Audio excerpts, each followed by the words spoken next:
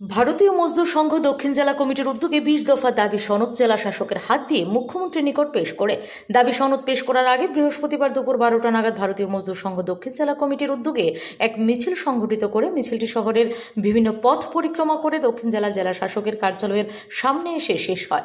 সেখান থেকে এক প্রতিনিধি দল ডেপুটেশনে লিখিত আকারে স্মারকলিপি তুলে দেন। জেলা শাসকের পক্ষে স্মারকলিপি গ্রহণ করে deputy collector and magistrate S Karjan Halam.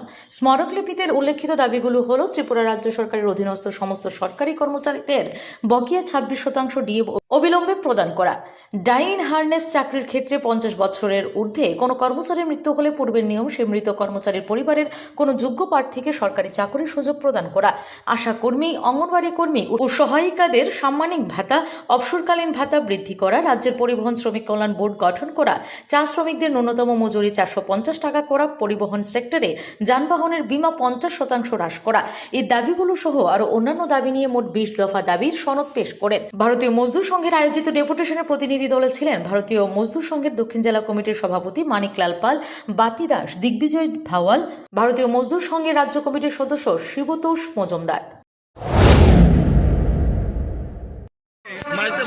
আজকে ডিএম বরাবরে মুখ্যমন্ত্রীর কাছে একটা দাবি সনদ পেশ করতে যাচ্ছি।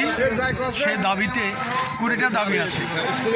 অর্গানাইজ সেক্টরের আছে 9টা দাবি এবং আনঅর্গানাইজ সেক্টরের আছে 11টা দাবি। এই 20টা দাবির মধ্যে সরকারি কর্মচারীদের অর্থাৎ অর্গানাইজ সেক্টরে ডিএ থেকে